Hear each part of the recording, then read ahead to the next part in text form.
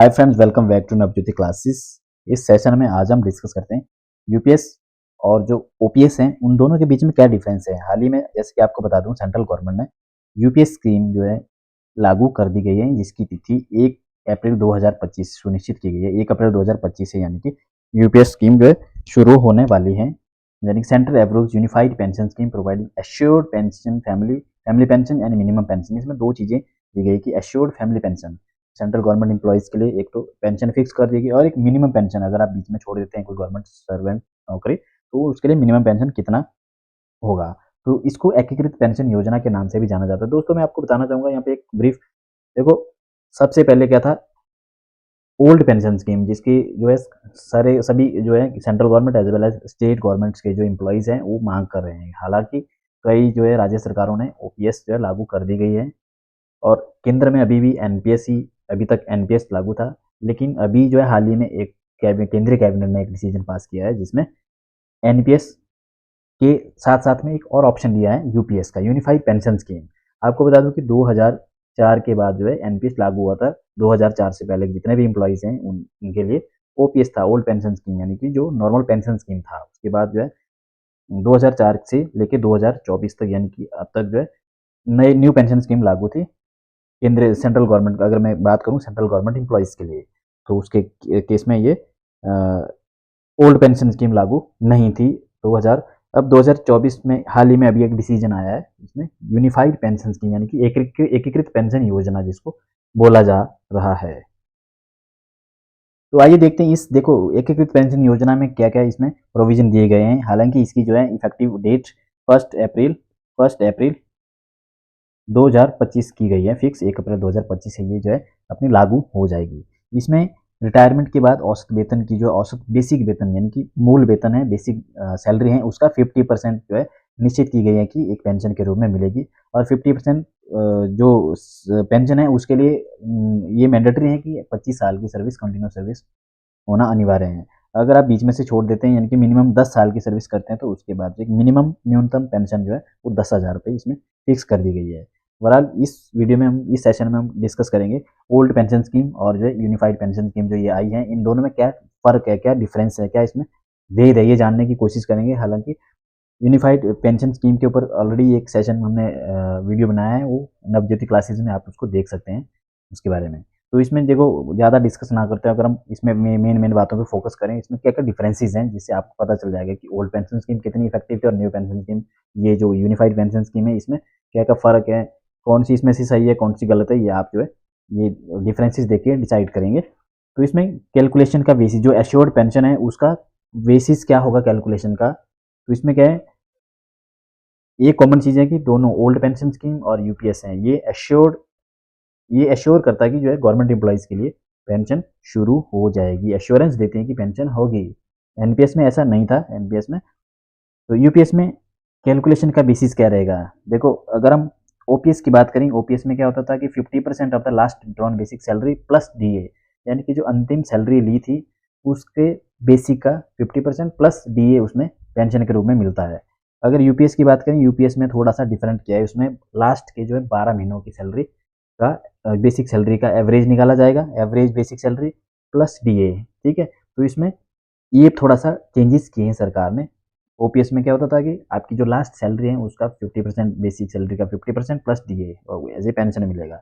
लेकिन यूपीएस में क्या बोला उन्होंने कि अगर लास्ट जो 12 महीने हैं, रिटायरमेंट के पहले के 12 महीने का एवरेज निकाला जाएगा बेसिक सैलरी का प्लस डीए। ठीक है, तो इसमें प्रॉब्लम क्या आ रही है, देखो उसमें ये माना जा रहा है कि अगर एम्प्लॉय बीच में से प्रमोट हो जाता है लास्ट के 12 महीनों में से, यानी मान लो लास्ट के महीने में प्रमोट हो गया, प्रमोशन के टाइम में क्या है उसकी सैलरी बढ़ जाती है, तो जाहिर सी बात है कि उसको अगर ओल्ड पेंशन स्कीम में होता तो वो लास्ट वाली जो इंक्रीज सैलरी है, इंक्रीज पे स्ट्रक्चर है, उसके हिसाब से ही उसको पेंशन मिलना था।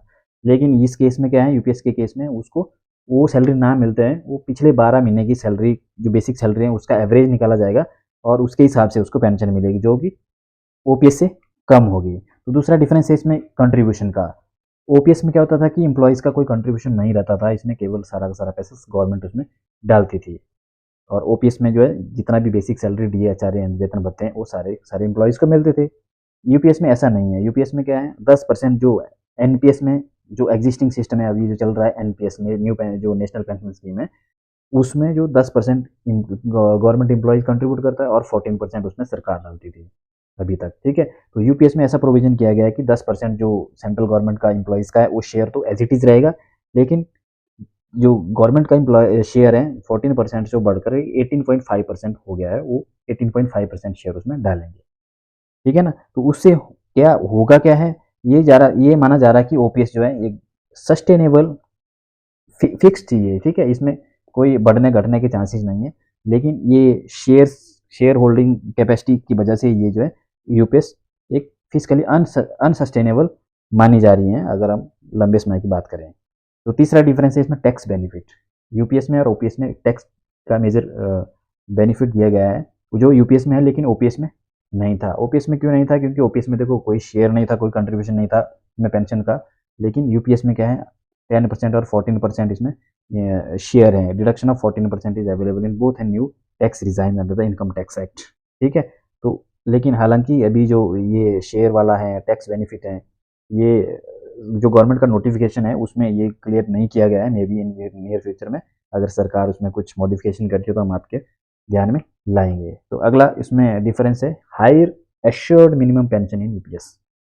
ये देखा जा रहा है कि अगर हम ओपीएस की बात करें, अगर आप ओपीएस में क्या है 10 साल की कंटिन्यूस सर्विस करने के बाद मिनिमम जो पेंशन है वो 9,000 रुपये रखी गई थी, ठीक है। लेकिन यूपीएस में वो थोड़ा सा बढ़ा दिया गया है। अगर मिनिमम 10 साल की सर्विस करता है कोई कंटिन्यूस सर्विस, उसके बाद अगर मान लो वॉलंटरी रिटायरमेंट ले लेता है तो उसमें 10,000 रुपये की सैलरी का प्रावधान है मिनिमम, ठीक है।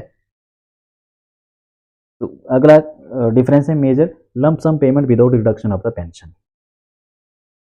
ओपीएस में क्या होता था? ओपीएस में क्या है कि मान लो जो भी जितना अमाउंट जनरेट हुआ है पेंशन का, उसमें से 40% तक अमाउंट जो है रिटायरमेंट के टाइम में निकाल सकते थे, और उसके ज़्यादा का अगर किसी को अमाउंट निकालना है तो उसके लिए मेडिकल एग्जामिनेशन, मेडिकल सर्टिफिकेट्स या कुछ मेजर जो है वहाँ पे रीज़न जस्टिफाई करना पड़ेगा, तभी जो है गवर्नमेंट उसको रिलीज़ करती थी। तो यूपीएस में क्या है, यूपीएस में ऐसा नहीं है। यूपीएस में एक लम्प सम अमाउंट है जो फिक्स कर दिया है कि वो आप सुपरएनुएशन की रिटायरमेंट के टाइम में निकाल सकते हैं। लम्प सम अमाउंट क्या होगा? 1/10 of the monthly emoluments as on the date of superannuation of every 6 months of the service completed, ठीक है।